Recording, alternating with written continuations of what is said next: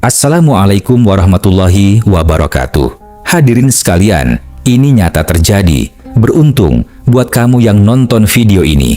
Atas izin Allah, rezeki besar sedang menuju tempat kamu. Ketik amin di kolom komentar dan tekan tombol like. Terima kasih. Mari kita lanjut ke inti ceritanya. Dahulu kala, di sebuah kota yang ramai namun penuh dengan urusan orang lain, hiduplah sepasang suami istri yang rumahnya lebih sering berguncang daripada tenang.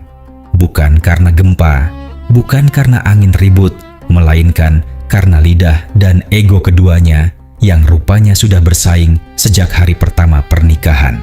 Percayalah, mereka berdua berbakat luar biasa dalam hal bertengkar. Kalau piring jatuh, itu salah siapa? Bertengkar. Kalau hujan turun, kenapa tidak bilang dari tadi? Bertengkar. Kalau kucing tetangga lewat, entah bagaimana, itu pun bisa jadi pertengkaran.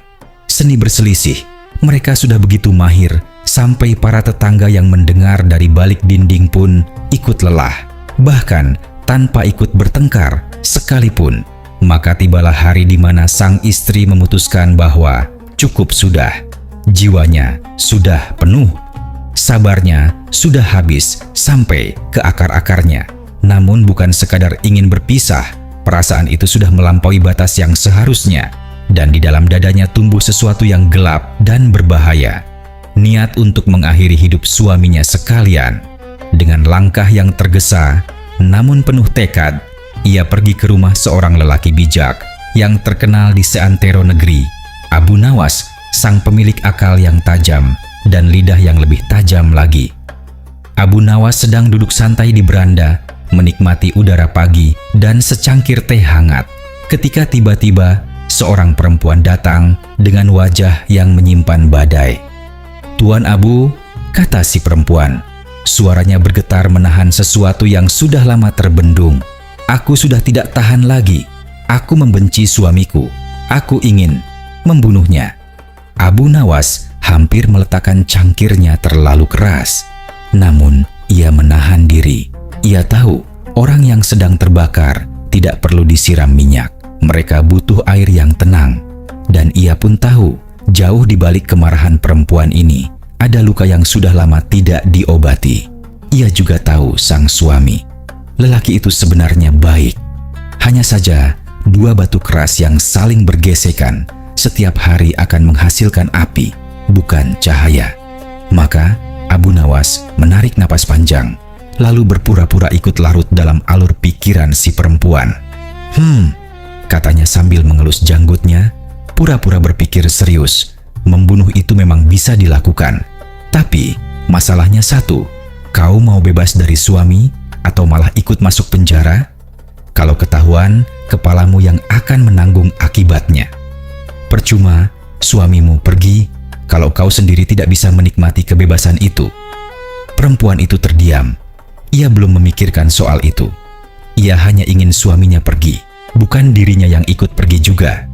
Disinilah Abu Nawas memainkan kartu terpintarnya. "Tenang," katanya. "Aku punya cara yang lebih rapi.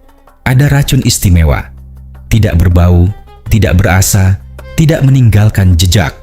Kau campurkan ke makanannya setiap hari, dan dalam 10 hari semua selesai tanpa siapapun tahu." Mata perempuan itu melebar.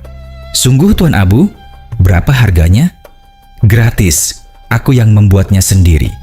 Tapi Abu Nawas mengangkat satu jari. "Ada satu syarat yang tidak boleh dilanggar. Agar tidak ada yang curiga, kau harus berpura-pura menjadi istri yang baik. Sambut suamimu dengan senyuman. Masak untuknya dengan sepenuh hati. Perlakukan ia seperti raja, setidaknya selama 10 hari ini." Perempuan itu mengangguk bulat-bulat. Ia pulang dengan langkah ringan dan hati yang, entah kenapa, terasa sedikit lebih lega. Dan dimulailah drama paling aneh yang pernah terjadi di rumah tangga mereka. Setiap hari, sang istri meneteskan racun itu ke dalam masakan suaminya. Setiap hari pula, ia menyambut suaminya di pintu dengan senyuman yang awalnya dipaksakan, namun lama-lama terasa semakin alami. Ia menyiapkan makanan favoritnya. Ia berbicara dengan suara yang lembut, Ia mendengarkan cerita suaminya tanpa memotong di tengah jalan. Sang suami yang tadinya sudah terbiasa pulang ke rumah seperti masuk ke medan perang, tiba-tiba mendapati dirinya disambut seperti tamu kehormatan. Ia kebingungan, ia waspada, ia mengira sedang bermimpi. Namun, hari demi hari, kebaikan sang istri meluluh lantakan tembok yang selama ini ia bangun di sekitar hatinya. Ia mulai tersenyum duluan. Ia mulai bertanya, "Hari ini capek tidak?"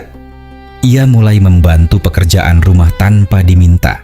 Suatu hari, sang istri tidak sengaja menjatuhkan piring kesayangan mereka. Pecah berkeping-keping di lantai. Ia membeku menunggu badai yang biasanya datang. Tapi, sang suami hanya menunduk, mengumpulkan serpihan-serpihan itu, dan berkata pelan, "Tidak apa-apa, yang penting kau tidak terluka." Perempuan itu merasakan sesuatu bergetar di dadanya. Bukan amarah, bukan benci, tapi sesuatu yang lama sekali tidak ia rasakan, kehangatan. Hari-hari berlalu. Rumah yang dulu penuh guncangan, kini berubah menjadi tempat yang sunyi dalam arti yang indah. Sunyi dari pertengkaran. Penuh dengan percakapan kecil yang manis, tawa yang tidak dipaksakan, dan tatapan yang berbicara lebih banyak dari kata-kata. Di hari ke-9, perempuan itu berlari ke rumah Abu Nawas. Kali ini bukan dengan wajah penuh badai, melainkan wajah yang basah oleh air mata yang sama sekali berbeda. "Tuan Abu, tolong berikan aku penawarnya. Aku tidak mau suamiku mati. Ia sudah berubah, Tuan Abu. Atau mungkin akulah yang berubah. Aku tidak tahu lagi. Yang aku tahu, aku mencintainya. Aku tidak bisa membayangkan hidup tanpa dirinya." Abu Nawas mendengarkan semua itu dengan senyum yang sudah ia simpan sejak hari pertama. Lalu, dengan suara yang tenang seperti air sungai di pagi hari, ia berkata, "Tenanglah, nak, suamimu tidak akan mati." Perempuan itu terbelalak. "Yang kuberikan padamu dulu itu bukan racun, itu hanya campuran air dan madu. Racun yang sesungguhnya sudah lebih dulu kau singkirkan sendiri, yaitu cara sikapmu yang dulu. Dan penawarnya pun sudah kau temukan sendiri, kelembutanmu." Abu Nawas berdiri, lalu melanjutkan dengan nada yang tidak menghakimi, hanya menjelaskan, "Aku sudah kenal suamimu lama. Ia bukan lelaki jahat. Ia hanya lelaki yang keras karena bertahun-tahun berhadapan dengan kesulitan, termasuk rumah tangga yang terasa seperti medan perang. Ketika kau mengubah caramu memperlakukannya, ia pun mengubah dirinya. Begitulah cara kerja hati manusia." Perempuan itu terdiam panjang. Lalu perlahan, ia mengangguk, bukan karena dipaksa, tapi karena ia benar-benar mengerti. Ia baru saja belajar bahwa di dalam sebuah rumah tangga, ada dua pilihan yang selalu tersedia: menjadi racun atau menjadi madu. Dan keduanya tidak bergantung pada orang lain. Keduanya ada di tangannya sendiri. Ia pun pulang. Kali ini, langkahnya lebih ringan dari sebelumnya. Bukan karena terbebas dari suami, melainkan karena akhirnya terbebas dari dirinya sendiri yang lama. Dan Abu Nawas, ia kembali duduk di beranda, menyesap teh hangat yang sempat terlupakan, dan bergumam pelan untuk dirinya sendiri. Racun paling berbahaya di dunia ini tidak dijual di pasar manapun. Ia tumbuh di dalam hati yang lupa untuk bersyukur, dan penawarnya pun gratis, cukup dengan sedikit kelembutan yang ikhlas. Kisah selanjutnya. Alkisah pada suatu siang yang cerah, terlalu cerah sebenarnya untuk sebuah konspirasi kecil. Sekelompok menteri istana berkumpul di sudut koridor dengan wajah-wajah yang menyimpan keresahan bersama. Masalahnya sederhana, tapi pelik. Koki istana yang lama baru saja pensiun, dan penggantinya, meski pandai bersolek dan sigap membawa mangkuk, rupanya memiliki satu kekurangan yang tidak bisa disembunyikan lama. Masakannya tidak enak. Entah karena tangan yang kurang pas atau lidah yang tidak peka, setiap hidangan yang keluar dari dapurnya selalu meninggalkan tanda tanya besar di ujung lidah para menteri. Namun, siapa yang berani berkata demikian kepada Baginda Raja? Di hadapan Raja, semua makanan terasa lezat. Di hadapan Raja, semua sajian tampak sempurna. Karena kalau tidak, bisa-bisa yang dikritik bukan masakannya, melainkan kepalanya. Maka, berkumpullah para menteri itu dengan satu nama di ujung pikiran mereka, Abu Nawas. Abu Nawas, si penyair cerdik, si badut bijak, si orang yang entah bagaimana selalu bisa lolos dari situasi yang bagi orang lain sudah berarti tamat riwayat. Mereka pun mendatanginya. Abu Nawas menyambut kedatangan para menteri itu dengan tatapan yang sudah lebih dulu menebak bahwa ada sesuatu yang tidak biasa di balik kunjungan ini. Orang-orang penting jarang datang berkunjung kalau tidak sedang membutuhkan sesuatu yang tidak ingin mereka lakukan sendiri. "Kami ingin kau mengkritik masakan Baginda Raja," kata salah satu dari mereka, langsung ke pokok permasalahan. Abu Nawas mengedipkan sebelah mata. Mengkritik masakan Baginda Raja di hadapan Baginda Raja secara langsung, para menteri mengangguk serempak. "Kenapa kalian tidak melakukannya sendiri?" tanya Abu Nawas, sungguh-sungguh ingin tahu. Keheningan yang panjang adalah jawabannya. Abu Nawas mengangguk pelan. Ia paham, keberanian itu ternyata juga bisa jadi barang langka di lingkungan istana. "Baik," katanya akhirnya, "aku bersedia. Tapi tentunya keberanian sekaliber ini tidak datang gratis. Apa yang kalian siapkan untukku?" 100 dinar, jawab mereka. Abu Nawas tersenyum. Senyum orang yang sudah menghitung risiko dan memutuskan bahwa angkanya masuk akal. "Kesepakatan," katanya singkat. Keesokan harinya, ketika matahari sudah naik sepenggalah dan aroma masakan mulai menguar dari dapur istana, Baginda Raja duduk di ujung meja jamuan yang panjang dan megah. Para menteri mengambil tempat masing-masing dengan wajah yang seolah-olah sedang menikmati hari yang biasa-biasa saja. Salah seorang menteri berdehem kecil, lalu berkata dengan nada yang dibuat seringan mungkin, "Paduka yang mulia, rasanya makan siang hari ini akan semakin sempurna bila ada yang memperindah suasana. Hiburan kecil, mungkin?" Baginda Raja menoleh. "Gagasan yang menarik. Hiburan seperti apa yang kau maksud? Bagaimana kalau kita undang Abu Nawas? Bukankah ia terkenal sebagai penyair yang pandai? Tentu syair-syairnya akan memperindah jamuan ini." Baginda Raja mengangguk dengan antusias. Ia memang gemar pada kepandaian, dan Abu Nawas adalah salah satu permata hiburan yang ia nikmati kehadirannya. Maka dikirimlah utusan, dan tidak berapa lama kemudian Abu Nawas tiba. Dengan langkah santai khas orang yang tidak pernah tampak terburu-buru meski situasinya menuntut demikian. Ia dipersilakan duduk. Hidangan disajikan.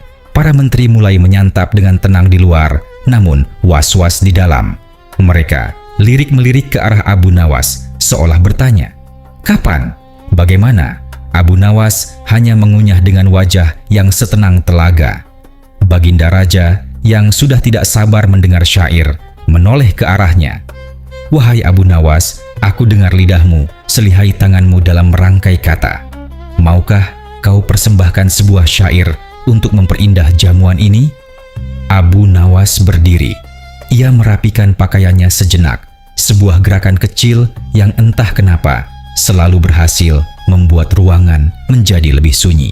Lalu ia mulai bersyair dengan suara yang hangat dan mengalun. "Wahai Paduka yang cahayanya menerangi negeri, kemurahan hatimu tak pernah habis dibagi. Meja ini mewah, minuman pun istimewa, dan tuan rumahnya tiada duanya di mana-mana. Namun, bila hamba boleh menambahkan satu catatan kecil, bumbu masakannya hari ini terasa sedikit terlalu asam, Paduka." Ruangan mendadak menjadi sepi, seperti masjid setelah azan subuh. Para menteri yang tadinya mulai tersenyum kecil langsung membekukan ekspresi mereka. Tidak ada yang bergerak, tidak ada yang berani menoleh ke arah siapapun. Pandangan semua orang tertuju ke meja. Seolah mendadak ada hal yang sangat menarik di permukaan kayu itu. Baginda Raja mengerutkan dahi, kemudian alisnya naik, kemudian wajahnya berubah menjadi merah muda yang tidak menandakan kebahagiaan. "Abu Nawas," katanya, dengan nada yang sudah berubah, "lancang sekali mulutmu hari ini. Beraninya kau mengkritik masakan istanaku, di mejaku sendiri, di hadapanku sendiri. Ini adalah momen di mana kebanyakan orang akan berlutut meminta ampun, atau setidaknya pucat pasi. Tapi Abu Nawas tidak. Ia justru memasang wajah yang paling polos yang ia miliki. Wajah yang tampak seperti orang yang benar-benar tidak mengerti mengapa suasana tiba-tiba berubah, dan berkata dengan suara yang tenang, "Ampun Paduka, hamba hanya mengucapkan kebenaran." Dan kebenaran itu, Paduka, tidak ubahnya seperti bumbu masakan yang pas, terasa sedikit tajam di lidah pertama kali. Tapi justru itulah yang membuat hidangan menjadi berkesan dan hidup terasa lebih sedap. 1 detik berlalu, 2 detik. Lalu Baginda Raja tertawa. Bukan tawa kecil yang sopan, melainkan tawa yang benar-benar keluar dari perut, lepas dan tulus. Para menteri yang tadinya sudah mempersiapkan diri untuk menyaksikan sesuatu yang tidak menyenangkan, kini ikut tertawa dengan lega yang nyaris terasa seperti menghela napas setelah menahan nafas selama setengah hari. Jamuan makan siang itu pun berlanjut, lebih meriah, lebih hangat, dan ironisnya terasa lebih lezat dari biasanya. Beberapa hari kemudian, koki istana yang baru itu pun digantikan. Tidak ada pengumuman resmi, tidak ada drama. Hanya tiba-tiba saja hidangan istana kembali menguar aroma yang membuat orang ingin menambah porsi. Para menteri bisa kembali menikmati makan siang dengan tenang. Dan Abu Nawas, ia pulang dengan 100 dinar di sakunya dan 1 pelajaran yang ia titipkan begitu saja, tanpa ceramah, tanpa pidato panjang, bahwa kebenaran itu tidak selalu harus disampaikan dengan cara yang keras dan menghantam. Kadang, ia bisa dibungkus dalam sebuah syair, disisipkan di antara pujian yang tulus, dan diakhiri dengan senyum yang cukup lebar untuk membuat pendengarnya tertawa sebelum sempat tersinggung. Dan malam itu, sambil menghitung dinarnya, 1 persatu, Abu Nawas bergumam pelan, "Orang bijak tidak hanya tahu apa yang benar untuk dikatakan, ia juga tahu bagaimana cara mengatakannya agar yang mendengar merasa dihormati, bukan dihina. Karena kebenaran yang disampaikan dengan buruk hanya akan menjadi hinaan, tapi kebenaran yang disampaikan dengan cerdik itu namanya seni." Kisah selanjutnya. Pada suatu masa, jiwa Abu Nawas sedang dihinggapi rasa yang hanya bisa diobati dengan 1 cara, pergi. Bukan pergi karena masalah, bukan pergi karena diusir, melainkan pergi karena memang ada bagian dari dirinya yang selalu ingin tahu apa yang ada di balik bukit berikutnya, di balik tikungan jalan yang belum pernah ia lewati, di balik cakrawala yang setiap pagi tampak seolah memanggil-manggil namanya. Maka berjalanlah Abu Nawas jauh, melewati ladang yang luas, hutan yang rindang, dan jalanan yang semakin lama semakin sepi dari hiruk-pikuk kota. Hingga tibalah ia di tepi sebuah sungai yang cukup besar untuk membuat orang berhenti dan berpikir ulang. Airnya deras, lebarnya lumayan, dan di seberangnya tampak sebuah perkampungan kecil yang asapnya mengepul perlahan dari dapur-dapur sederhana. Tidak ada jembatan, tidak ada rakit, hanya ada seorang lelaki tua, pemilik perahu, yang menawarkan jasanya dengan tarif yang, mengingat tidak ada pilihan lain, terasa sangat masuk akal untuk diterima. Abu Nawas pun menyeberang. Setibanya di seberang, ia disambut oleh pandangan-pandangan penasaran dari para penduduk yang tidak sering melihat orang asing datang berkunjung. Penampilan Abu Nawas hari itu dengan jubah sederhananya, sorban yang melingkar rapi, dan tatapan yang tampak seperti orang yang menyimpan banyak hal di balik matanya, membuat para penduduk menyambutnya dengan penuh hormat. Mereka mengira ia seorang alim dari negeri jauh, dan dalam banyak hal, dugaan mereka tidak sepenuhnya salah. Malam itu, Abu Nawas diundang ke sebuah pertemuan kampung. Lampu-lampu kecil menerangi ruangan yang dipenuhi wajah-wajah yang lelah, namun sungguh-sungguh. Di atas meja yang sederhana, terbentang 1 topik besar yang sudah lama menggantung di kepala seluruh kampung. Jembatan. Mereka butuh jembatan. Sudah lama sekali mereka butuh jembatan. Tapi setiap kali membahasnya, percakapan selalu berakhir di tempat yang sama, di dinding tebal bernama "Tidak ada uang". Abu Nawas menyimak semuanya dengan seksama. Lalu, dengan logika yang paling langsung, ia mengusulkan, bagaimana kalau setiap warga dimintai sumbangan? Pemimpin kampung menggeleng pelan. Wahai Tuan Abu, penduduk kami rata-rata orang miskin. Untuk makan sehari-hari saja, kami sudah harus bersyukur. Abu Nawas terdiam. Ia menatap wajah-wajah di depannya. Wajah yang jujur. Wajah yang tidak mengeluh untuk mencari simpati, tapi memang sedang menceritakan keadaan yang sesungguhnya. Benar, pikirnya, mereka tidak punya uang. Mereka juga tidak punya keahlian membangun jembatan. Tapi mereka punya sesuatu yang lain. Dan disitulah, di sudut pikirannya yang paling aktif bekerja, sebuah ide mulai terbentuk. Perlahan-lahan, seperti air yang menemukan celahnya sendiri. Abu Nawas berdiri. Sebenarnya, katanya dengan nada yang tenang, namun penuh keyakinan. Kalian tidak perlu membangun jembatan. Ruangan menjadi sedikit lebih sunyi. Yang perlu kalian lakukan hanyalah membuat sungai itu menjadi dangkal. Beberapa detik berlalu. Lalu seseorang bertanya, bagaimana caranya? Mudah saja, jawab Abu Nawas. Gali pasir di dasar sungai. Angkat ke tepian. Lakukan setiap hari. Sungai yang kehilangan pasir di dasarnya akan menjadi dangkal dan kalian bisa melintasinya dengan berjalan kaki. 1 detik keheningan. 2 detik. Kemudian, ruangan itu pecah oleh gelak tawa. Bukan tawa yang jahat, tapi tawa orang-orang yang merasa baru saja mendengar lelucon dari orang yang serius. Menggali sungai supaya dangkal. Sungguh, dari mana logika itu berasal? Namun, di antara semua orang yang tertawa, sang pemimpin kampung tidak ikut tertawa. Ia justru mengerutkan dahi, bukan karena marah, tapi karena sedang berpikir keras. Abu Nawas, katanya, apakah kau benar-benar yakin ini adalah gagasan yang baik?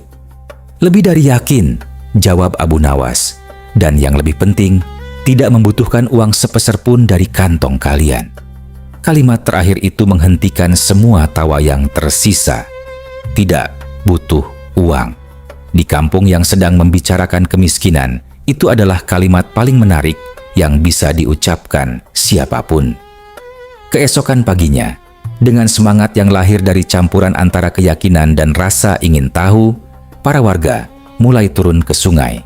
Mereka membawa cangkul, ember, dan keranjang. Mereka menggali pasir dari dasar sungai dan memindahkannya ke tepi. Hari pertama, penuh semangat. Hari ketiga, masih bersemangat meski punggung mulai bicara. Minggu pertama, sungai belum dangkal, tapi pekerjaan terus berlanjut. Yang aneh dan yang membuat para warga semakin bingung seiring berjalannya waktu adalah bahwa sungai itu bukannya menjadi dangkal. Ia justru tampak semakin lebar. Tepian yang tadinya sempit kini meluas karena tumpukan pasir yang terus bertambah di kanan dan kirinya. Frustrasi mulai merayap. Pertanyaan mulai bermunculan. Dan Abu Nawas dengan ketenangan yang mulai terasa mencurigakan selalu menjawab dengan 3 kata yang sama. Teruskan saja, sabar. Lalu ada pertanyaan lain yang muncul. Kemana pasir itu harus ditaruh? Tumpukannya sudah menggunung. Soal pasir, serahkan padaku, kata Abu Nawas. Aku sudah ada yang akan mengambilnya. Dan memang, setiap beberapa hari sekali, datanglah seseorang dengan gerobak besar, mengambil pasir dari tepian sungai itu, dan pergi tanpa banyak bicara. Para warga memperhatikannya dengan heran. Tapi karena Abu Nawas tampak tenang dan tidak ada yang dicuri, mereka membiarkannya saja, sambil terus menggali, terus mengangkut, terus bertanya-tanya dalam hati kapan semua ini akan masuk akal. Sebulan berlalu, sungai tidak dangkal, tapi kesabaran warga sudah mencapai batasnya dan sebuah pertemuan darurat pun digelar. Kali ini, suasananya jauh berbeda dari pertemuan pertama yang hangat dan penuh harap. Wajah-wajah yang hadir kali ini menyimpan lelah yang sudah menjelma menjadi amarah. "Abu Nawas," seru salah seorang yang paling lantang. "Sudah 1 bulan kami mengikuti saranmu. Sudah 1 bulan kami menguras tenaga dan membuang waktu. Hasilnya, sungai malah semakin lebar dan semakin susah dilintasi. Apa yang sebenarnya kau rencanakan?" Abu Nawas mendengarkan semua keluhan itu dengan wajah yang anehnya tidak tampak bersalah sama sekali. Ia justru menunggu sampai semua amarah tertuang habis, seperti orang yang sabar menunggu hujan reda sebelum keluar rumah. Ketika ruangan sudah sedikit lebih tenang, ia mengangkat sebuah kantong.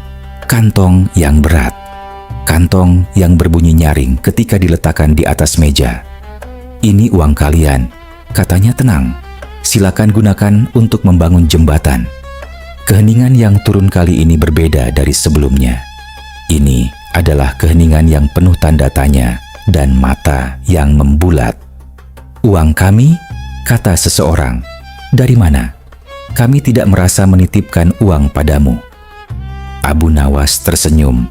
Senyum orang yang sudah menunggu pertanyaan ini sejak lama. "Ingatkah kalian dengan orang yang setiap beberapa hari datang mengambil pasir dari tepian sungai?" katanya. "Dialah pembelinya. Setiap keranjang pasir yang kalian gali, setiap tumpukan yang kalian angkut ke tepi, semuanya terjual. Dan hasilnya, setelah sebulan penuh kalian bekerja, adalah kantong yang ada di depan kalian sekarang." Senyap. Lalu seseorang mulai tertawa. Kemudian 2 orang. Kemudian seluruh ruangan. Bukan tawa yang sama dengan tawa sebulan lalu, yang lahir dari rasa tidak percaya. Ini adalah tawa yang lahir dari kekaguman. Tawa orang-orang yang baru saja menyadari bahwa mereka telah bekerja keras selama sebulan penuh, dan tanpa mereka sadari, setiap tetes keringat itu ternyata sedang diubah menjadi sesuatu yang nyata. Tidak lama setelah malam itu, jembatan pun mulai dibangun. Perlahan tapi pasti, kayu dan batu disusun di atas sungai yang sudah lama memisahkan kampung itu dari dunia luar. Dan ketika jembatan itu selesai, ketika untuk pertama kalinya para warga bisa melintasi sungai tanpa menyewa perahu, tanpa berjalan jauh mencari penyeberangan, mereka menyadari satu hal sederhana yang selama ini tersembunyi di balik kemiskinan mereka. Mereka tidak pernah benar-benar miskin sumber daya. Mereka hanya belum tahu cara melihat kekayaan yang ada di bawah kaki mereka sendiri. Abu Nawas berpamitan keesokan harinya. Para warga melepasnya dengan tangan yang melambai dan hati yang penuh. Di tengah perjalanannya meninggalkan kampung itu, Abu Nawas menatap jembatan yang baru selesai dibangun dari kejauhan, lalu bergumam pelan untuk telinganya sendiri. Orang yang tidak punya uang sering mengira dirinya tidak punya apa-apa. Padahal yang ia butuhkan bukanlah lebih banyak uang, melainkan seseorang yang bisa membantunya melihat apa yang sudah ada. Karena kekayaan yang tidak disadari sama saja dengan kemiskinan. Lalu ia melanjutkan perjalanan, mencari bukit berikutnya, tikungan jalan berikutnya, dan kampung berikutnya yang mungkin sedang menunggu seseorang yang mau berpikir sedikit lebih miring dari biasanya. Kisah selanjutnya. Di sebuah negeri yang jauh dari Baghdad, hiduplah seorang tokoh sufi yang namanya harum di mana-mana. Ilmunya dalam, ibadahnya tekun, dan wibawanya di mata masyarakat setempat sudah seperti pohon tua yang akarnya mencengkeram kuat ke dalam tanah, kokoh, rindang, dan dihormati. Ia hafal kitab-kitab tebal. Ia fasih berbicara tentang hukum fikih dari pagi hingga sore tanpa kehabisan bahan. Para muridnya duduk bersimpuh di depannya dengan penuh takzim, dan setiap kata yang keluar dari mulutnya diterima, bagaikan embun di musim kemarau. Singkat kata, ia adalah orang yang tahu bahwa dirinya berilmu, dan ia tahu itu dengan sangat baik. Maka ketika suatu hari, sampailah kabar kepadanya tentang seorang tokoh dari Baghdad bernama Abu Nawas, Sesuatu di dalam dadanya langsung bereaksi. Abu Nawas, katanya seorang sufi, katanya berilmu tinggi, tapi juga, dan inilah yang membuat sang sufi mengerutkan dahi, sering bersikap aneh, kadang dianggap melanggar tatanan, dan tidak jarang membuat orang-orang sekitarnya geleng-geleng kepala. Bagaimana mungkin, pikir sang sufi, orang yang benar-benar berilmu tidak akan bersikap demikian. Ilmu yang sejati menghasilkan akhlak yang lurus, bukan kelakuan yang membingungkan. Rasa penasaran itu tidak bisa ia diamkan. Ia sudah terlalu lama memendam pertanyaan yang baginya sudah tahu jawabannya, namun tetap ingin dikonfirmasi langsung. Maka diputuskanlah, ia akan pergi ke Baghdad, mencari Abu Nawas dan meluruskan apa yang menurutnya perlu diluruskan. Dengan tekad seorang alim yang merasa sedang menjalankan kewajiban, berangkatlah ia. Baghdad menyambutnya dengan keramaian yang khas, suara pasar, langkah kaki yang hiruk-pikuk, dan aroma rempah yang menguar dari berbagai penjuru.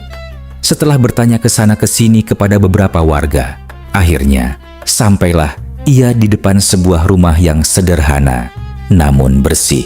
Dan di depan rumah itu duduk santai seorang lelaki dengan wajah yang tampak sedang tidak memikirkan apa-apa, atau mungkin sedang memikirkan segalanya, sulit dibedakan.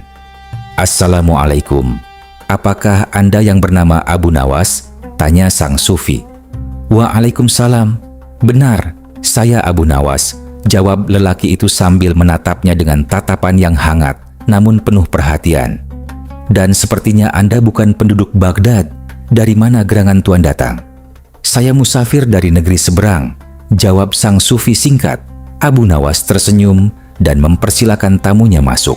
2 cangkir minuman hangat pun hadir tidak lama kemudian, dan percakapan pun dimulai. Awalnya, sang sufi memilih jalan yang lebih halus. Ia mengajak Abu Nawas berdiskusi tentang ilmu, tentang hukum fikih, tentang ketauhidan, tentang perkara-perkara yang biasanya hanya dibahas oleh mereka yang benar-benar mendalami agama. Dan disinilah Abu Nawas membuat tamunya sedikit terkejut. Lelaki yang duduk di depannya itu tidak hanya menjawab, ia menjawab dengan kedalaman yang tidak bisa dipalsukan. Setiap pertanyaan disambut dengan pemahaman yang rapi. Setiap topik dibahas dengan sudut pandang yang segar, namun tidak keluar dari akarnya. Sang sufi diam-diam mengakui dalam hatinya, orang ini memang berilmu. Tapi pengakuan itu justru membuatnya semakin ingin menyampaikan maksud kedatangannya yang sesungguhnya. "Wahai Abu Nawas," katanya, dengan nada yang sudah bergeser dari diskusi menjadi teguran yang dibungkus rapi, "Saya dengar Anda adalah seorang sufi yang berwawasan luas. Tapi saya juga mendengar kabar bahwa Anda sering bersikap aneh dan kadang dianggap menyalahi syariat. Itu yang membuat saya merasa perlu datang kemari." Abu Nawas mendengarkan semua itu dengan senyum yang tidak berubah. "Lalu apa yang membuat Tuan risau?" tanyanya ringan. "Bukankah tiap orang berhak atas pendapatnya masing-masing?" "Tentu saja berhak," balas sang sufi. "Tapi ada batasnya, Abu Nawas. Bila seseorang tidak benar-benar menguasai suatu perkara, jauh lebih bijak bila ia memilih diam daripada berbicara dan menyesatkan orang lain." Abu Nawas mengangguk pelan. "Jadi, tujuan Tuan datang dari jauh ke sini adalah untuk menegur saya?" Sang sufi sedikit mengangkat dagunya. "Tujuan saya adalah untuk menyambung silaturahmi sesama muslim dan saling mengingatkan manakala saudara seiman kita berjalan di luar jalurnya." "Baik," kata Abu Nawas. "Dan dari perbuatan mulia itu apa yang Tuan harapkan?" "Tentunya ini bernilai ibadah," jawab sang sufi dengan keyakinan penuh. "Dengan banyak beribadah, insya Allah kita akan masuk surga." Abu Nawas menoleh ke arahnya dengan ekspresi yang tenang, lalu berkata dengan nada yang sama, lugasnya seperti orang menyebut nama sebuah kota, "Kamu tidak akan masuk surga." Kalimat itu jatuh ke tengah ruangan, seperti batu ke dalam kolam yang tenang. Sang sufi yang tadinya duduk dengan penuh wibawa, kini memandang Abu Nawas dengan ekspresi yang belum sepenuhnya memutuskan apakah ia akan marah atau sekadar heran. "Kenapa kau berkata demikian?" tanyanya. "Bukankah orang yang rajin salat, puasa, dan zikir akan mendapat ganjaran surga?" "Tidak akan masuk surga," ulang Abu Nawas masih dengan nada yang sama. Sang sufi menarik napas. "Baiklah, aku sudah tahu kemana arah jawabanmu. Kamu pasti akan berkata bahwa manusia masuk surga bukan karena ibadahnya, melainkan semata karena rahmat Allah, bukan begitu?" "Bisa jadi," kata Abu Nawas. "Tapi," lanjut sang sufi, "sudah bersiap dengan argumen yang telah ia susun. Untuk mendapatkan rahmat Allah, kita tetap harus menjalankan perintahnya dan menjauhi larangannya. Salat, puasa, zikir, semua itu adalah jalan menuju rahmatnya. Jadi, dengan ibadah dan rahmat Allah, seseorang bisa masuk surga." "Tetap tidak bisa masuk surga," kata Abu Nawas dengan nada yang sama seperti orang mengomentari cuaca. Kali ini, kesabaran sang sufi mulai menipis. "Kamu memang benar-benar aneh, Abu Nawas. Kamu berani mengingkari apa yang sudah jelas. Ini bukan pendapatku semata. Ini adalah hal yang sudah diketahui semua orang berilmu." "Tuan belum mendengar penjelasan saya," kata Abu Nawas, masih tenang. "Kenapa terburu-buru emosi?" Sang sufi menghela napas panjang. "Baik, katakan, kalau ibadah saja tidak cukup dan rahmat Allah pun kau anggap belum cukup, lalu perbuatan apa yang bisa membuat seseorang masuk surga?" Abu Nawas menatap tamunya dengan tatapan yang jernih, lalu menjawab, "Anda harus mati terlebih dahulu." "Hening, tanpa kematian," lanjut Abu Nawas pelan, "tidak ada seorang pun yang bisa masuk surga.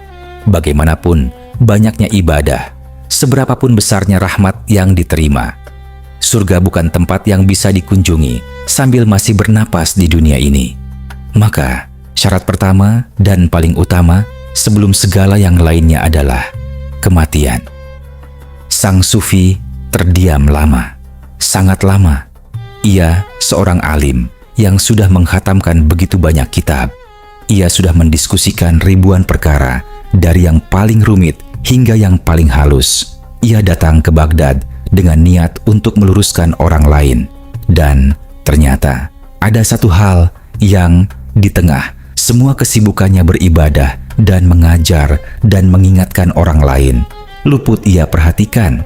Sesuatu yang justru paling sederhana, paling nyata, dan paling pasti dari semua kepastian yang ada di dunia ini.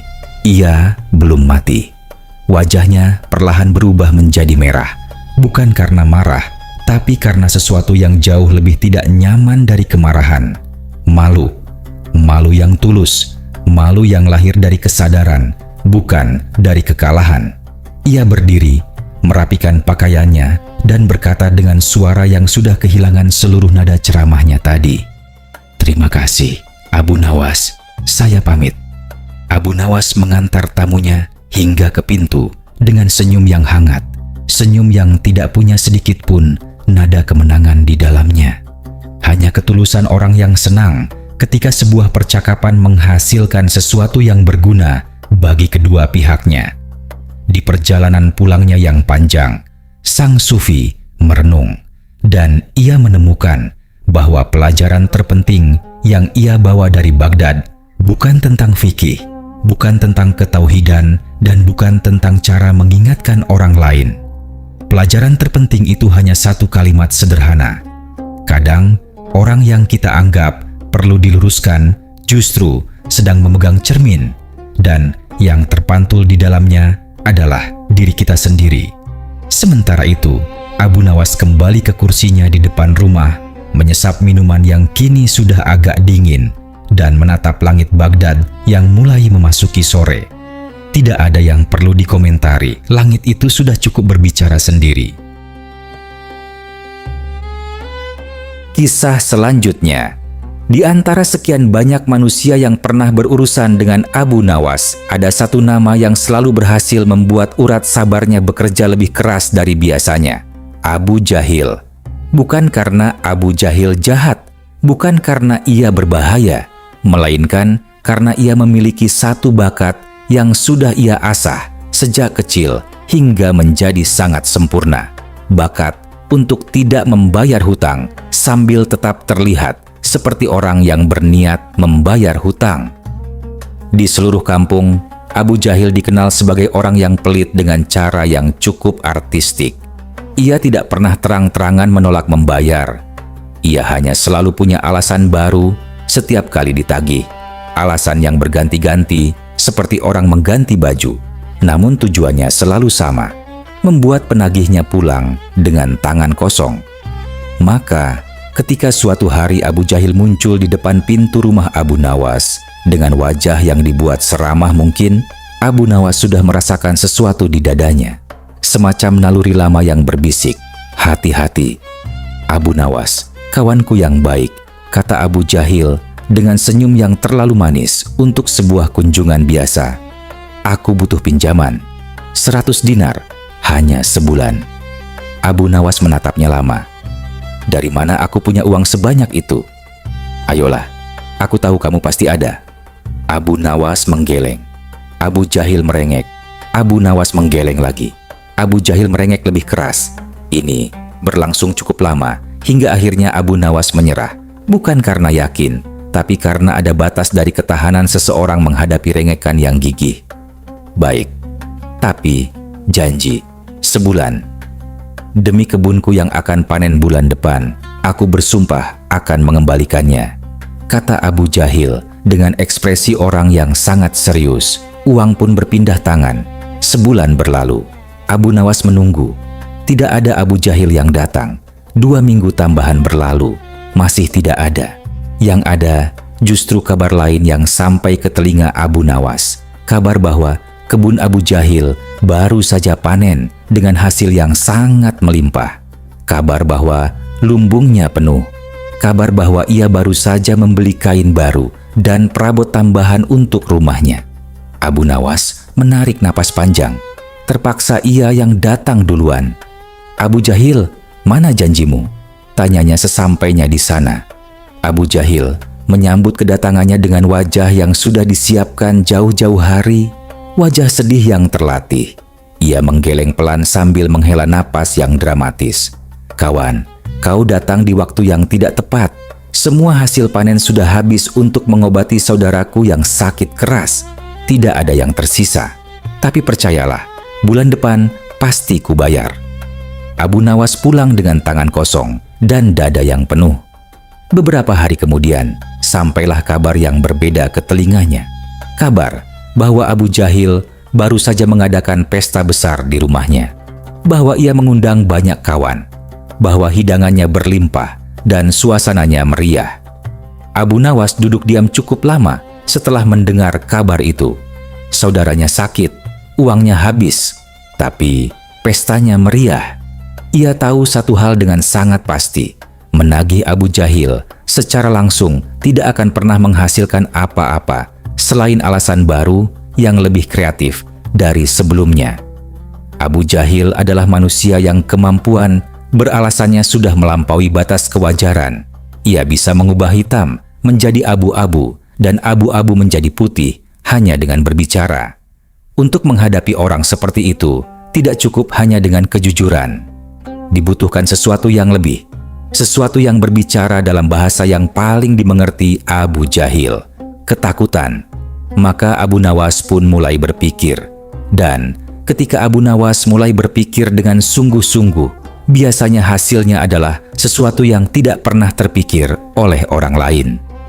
Keesokan harinya, ia mengunjungi seorang sahabat lama yang tinggal di kampung seberang. Seorang yang cerdas, pandai berakting, dan yang terpenting, bisa dipercaya untuk bermain peran dengan serius. Mereka duduk, berbicara panjang, dan menyusun skenario dengan teliti. Setelah semua bagian tersusun rapi, Abu Nawas pamit dengan senyum orang yang sudah tahu bagaimana cerita ini akan berakhir. Sore itu, Abu Nawas muncul di depan pintu Abu Jahil. Abu Jahil yang melihatnya langsung memasang wajah lelahnya. "Abu Nawas, sudah kubilang bulan depan." Aku bukan kemari untuk menagih hutang, potong Abu Nawas dengan santai. Aku kemari untuk mengajakmu pergi. Abu Jahil mengerutkan dahi. Pergi kemana?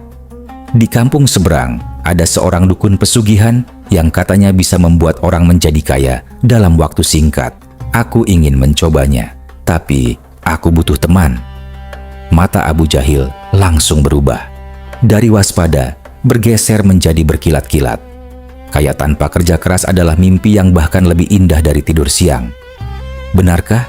Kalau begitu aku ikut, katanya, hampir tanpa jeda. Perjalanan ke kampung seberang terasa menyenangkan.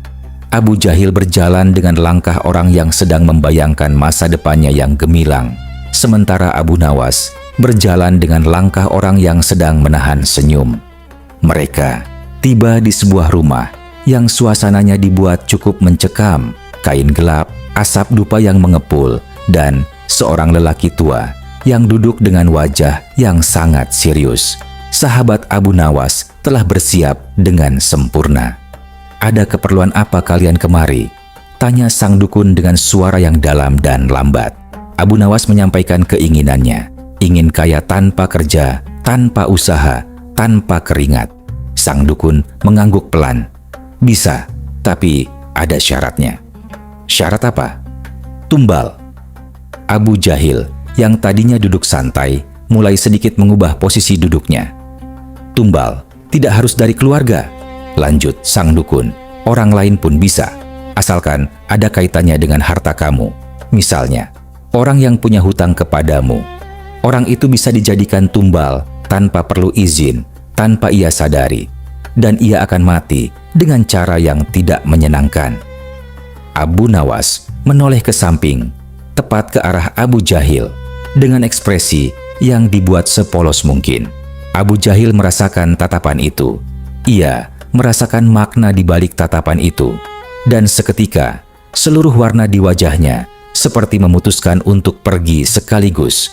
"Oh begitu," kata Abu Nawas sambil mengangguk pelan kepada sang dukun. "Baiklah, saya setuju." Tangan Abu Jahil mulai gemetar. Kakinya, entah kenapa, tiba-tiba ingin sekali bergerak ke arah pintu. Sang dukun mulai mengajarkan mantra. Abu Nawas mendengarkan dengan wajah seorang murid yang sangat antusias. Abu Jahil duduk di sampingnya dengan wajah seseorang yang baru menyadari bahwa ia telah berjalan sendiri ke dalam jebakan. Perjalanan pulang terasa sangat berbeda dari perjalanan berangkat. Abu Jahil berjalan dengan langkah yang tidak lagi ringan. Ia melirik Abu Nawas berkali-kali dari sudut matanya. Abu Nawas berjalan dengan tenang, sesekali bergumam pelan seolah sedang menghafalkan sesuatu. Lalu, di tengah jalan, tanpa menoleh, Abu Nawas berkata dengan nada yang santai dan tulus, "Abu Jahil, kupikirkan lagi, hutangmu yang 100 dinar itu tidak usah dikembalikan. Aku ikhlaskan." Abu Jahil berhenti melangkah. Seluruh tubuhnya berhenti. Kemudian, dengan kecepatan yang tidak pernah ia tunjukkan dalam hal apapun yang berkaitan dengan membayar hutang, ia berbalik menghadap Abu Nawas dan berkata dengan suara yang sudah kehilangan seluruh ketenangan buatannya, "Jangan Abu Nawas, aku akan bayar. Sekarang, hari ini, setelah kita sampai rumah, langsung kubayar, aku janji." Abu Nawas menatapnya dengan ekspresi bingung yang sempurna. "Bukannya kemarin kamu bilang uangmu sudah habis semua?" "Aku bohong," kata Abu Jahil cepat, tanpa ragu, tanpa malu, tanpa sedikit pun berusaha mempertahankan cerita lamanya. "Uangku masih ada, masih banyak bahkan. Aku bohong kemarin." Itu mungkin adalah kalimat paling jujur yang pernah keluar dari mulut Abu Jahil sepanjang hidupnya. Dan ia mengucapkannya bukan karena tiba-tiba bertobat, melainkan karena tiba-tiba takut. Dan hari itu juga 100 dinar kembali ke tangan pemilik sahnya. Belakangan tersebar kabar, entah dari mana asalnya, bahwa dukun misterius di kampung seberang itu ternyata adalah seorang sahabat lama Abu Nawas yang memang dikenal pandai bermain peran. Bahwa seluruh skenario itu sudah disusun dengan rapi sejak sebelum Abu Jahil tahu ia sedang masuk ke dalam cerita. Orang-orang yang mendengar kisah ini tertawa. Beberapa geleng-geleng kepala sambil tersenyum, dan 1-2 orang yang kebetulan pernah punya pengalaman serupa dengan peminjam uang yang lupaan mengangguk-angguk dengan ekspresi yang penuh pengertian. Abu Nawas sendiri, malam setelah uangnya kembali, duduk di bawah langit yang penuh bintang dan bergumam pelan. Ada orang yang baru mau jujur setelah takut. Ada orang yang baru mau membayar setelah merasa terancam. Itu memang bukan cara yang ideal, tapi kadang untuk membangunkan orang yang pura-pura tidur, kamu memang perlu sedikit lebih keras dari sekadar mengetuk pintunya. Lalu ia masuk ke dalam rumah, menyimpan uangnya dengan baik dan tidur dengan nyenyak, sebagaimana orang yang telah menyelesaikan urusan yang sudah lama menggantung. Kisah selanjutnya. Ada satu hal yang Abu Nawas jaga dengan sangat serius dalam hidupnya. Lebih serius dari menjaga harta, lebih serius dari menjaga nama baik, bahkan lebih serius dari menjaga persediaan makanan di dapurnya. Ia menjaga kebebasannya. Bukan kebebasan dalam arti yang muluk-muluk, melainkan kebebasan yang paling sederhana dan paling berharga. Kebebasan untuk bangun pagi tanpa harus memikirkan jadwal rapat, kebebasan untuk duduk di depan rumah tanpa harus mengenakan seragam resmi, dan kebebasan untuk berbicara jujur tanpa harus mempertimbangkan protokol istana terlebih dahulu. Itulah sebabnya, setiap kali utusan Baginda Raja datang membawa tawaran jabatan, Abu Nawas menyambutnya dengan pertunjukan yang, bagi para utusan itu, sangat tidak menyenangkan untuk disaksikan. Ia berlagak seperti orang yang akalnya sedang libur panjang, berbicara tidak karuan, tertawa sendiri, menatap langit-langit dengan ekspresi orang yang melihat sesuatu yang tidak ada di sana. Para utusan itu selalu pulang dengan tangan kosong dan kepala yang penuh tanda tanya. Dan Abu Nawas selalu melepas kepergian mereka dengan senyum yang ia sembunyikan di balik pagar. Siasat itu berhasil berkali-kali. Sampai suatu pagi, siasat itu menghadapi ujiannya yang paling berat. Kali ini yang datang bukan utusan biasa.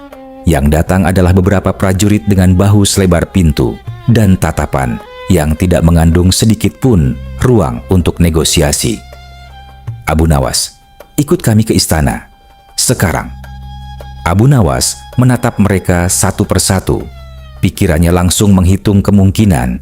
Apakah masih ada ruang untuk pura-pura gila kali ini? Jawabannya datang bahkan sebelum ia sempat mencoba. Kami tidak peduli kamu mau berpura-pura apapun, kata prajurit yang paling depan dengan nada yang sudah menutup semua pintu. Kalau kamu tidak mau jalan sendiri, kami yang akan memapahmu dengan cara yang tidak akan kamu nikmati. Abu Nawas menatap lengan-lengan prajurit itu. Kemudian menatap lengannya sendiri.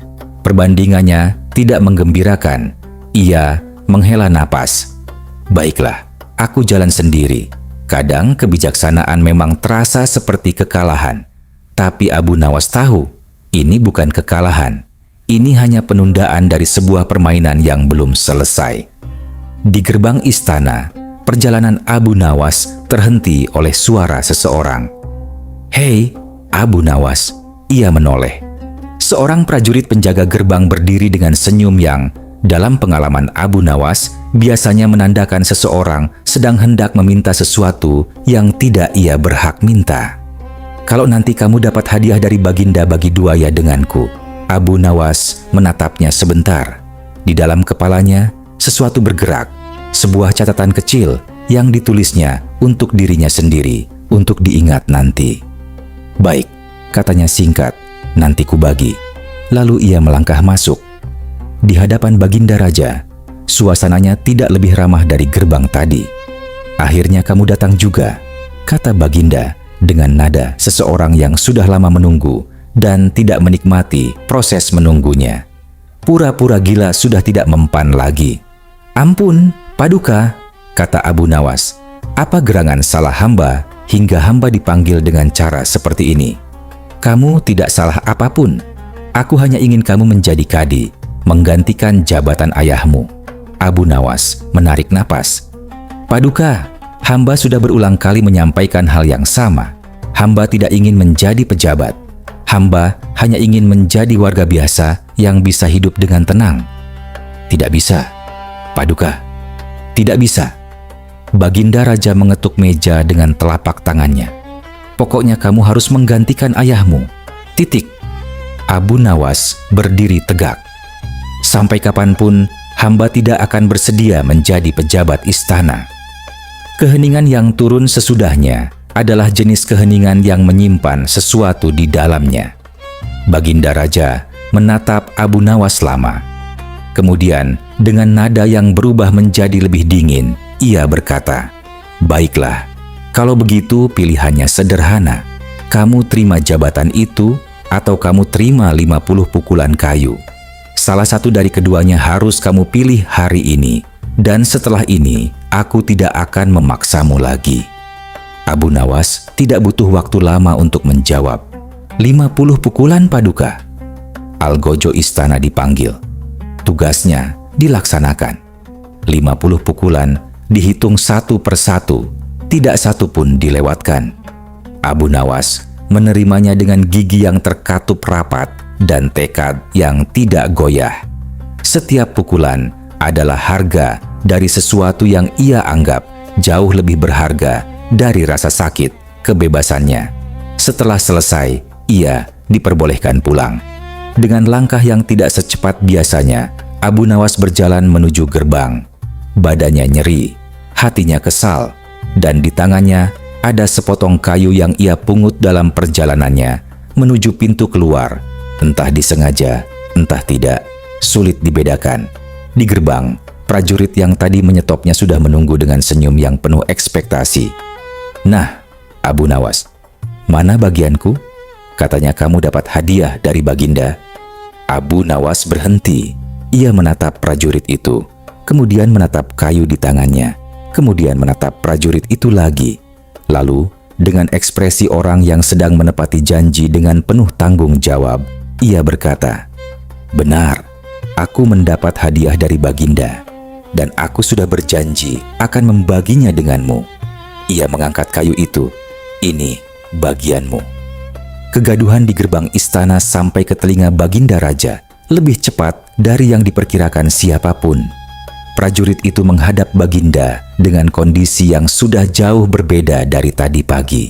Lebam di sana-sini, ekspresi campuran antara kesakitan dan kebingungan yang tulus. "Apa yang terjadi?"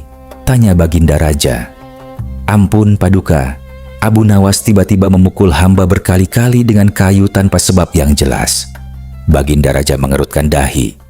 Tanpa sebab. Kayu pukulan dari Abu Nawas itu belum kering ketika Abu Nawas sendiri sudah berdiri lagi di hadapan Baginda Raja, dipanggil kembali untuk kedua kalinya dalam satu hari yang sama. "Abu Nawas, apa maksudmu memukul prajuritku?" tanya Baginda dengan nada yang sudah tidak menyembunyikan kemarahannya. "Ampun, Paduka," kata Abu Nawas dengan nada yang setenang orang yang sedang menceritakan hal yang sangat biasa. "Hamba sama sekali tidak memukul prajurit itu. Lalu, hamba membagi hadiah dari Paduka kepadanya, sesuai perjanjian kami." Baginda Raja diam. "Perjanjian?" Ketika hamba hendak masuk tadi, prajurit itu mencegat hamba di gerbang dan meminta bagian dari apapun yang akan hamba terima dari Paduka. Hamba menyetujuinya. Abu Nawas berhenti sebentar. "Paduka tadi berkenan memberikan hamba 50 pukulan. Maka hamba membaginya dengan adil, 25 untuk hamba, 25 untuk dia." Ruangan menjadi sunyi. Baginda Raja menatap Abu Nawas, kemudian menatap prajuritnya, kemudian kembali ke Abu Nawas. "Prajurit, benarkah kamu membuat perjanjian seperti itu dengan Abu Nawas?" Prajurit itu menunduk dalam-dalam.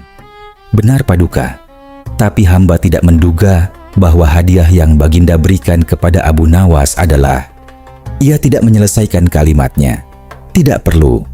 Baginda Raja menggeleng pelan, geleng kepala orang yang sedang mengakui dalam diam bahwa ia tidak punya argumen untuk menyalahkan siapapun di sini, kecuali mungkin prajuritnya sendiri yang terlalu bersemangat mengincar bagian dari sesuatu yang belum ia tahu isinya. Abu Nawas diperbolehkan pulang untuk kedua kalinya hari itu. Kali ini tidak ada yang menyetopnya di gerbang. Malam itu, sambil merebahkan badannya yang masih terasa nyeri, Abu Nawas menatap langit-langit kamarnya dan bergumam. Ada dua jenis keserakahan di dunia ini. Pertama, keserakahan yang terang-terangan, mudah dilihat, mudah dijauhi. Kedua, keserakahan yang berpakaian sopan dan mengajukan permintaan dengan senyuman. Inilah yang lebih berbahaya karena ia datang sebelum kamu sempat waspada. Ia memejamkan mata. Dan pelajaran hari ini adalah, sebelum meminta bagian dari hadiah orang lain, pastikan dulu kamu tahu hadiah apa yang sedang dibagi. Lalu ia tidur dengan badan yang pegal, namun hati yang anehnya cukup puas. Terima kasih banyak sudah menonton hingga tuntas. Semoga cerita ini memberi manfaat, menambah wawasan, dan membawa kebaikan dalam hidup kita. Sampai jumpa di kisah selanjutnya.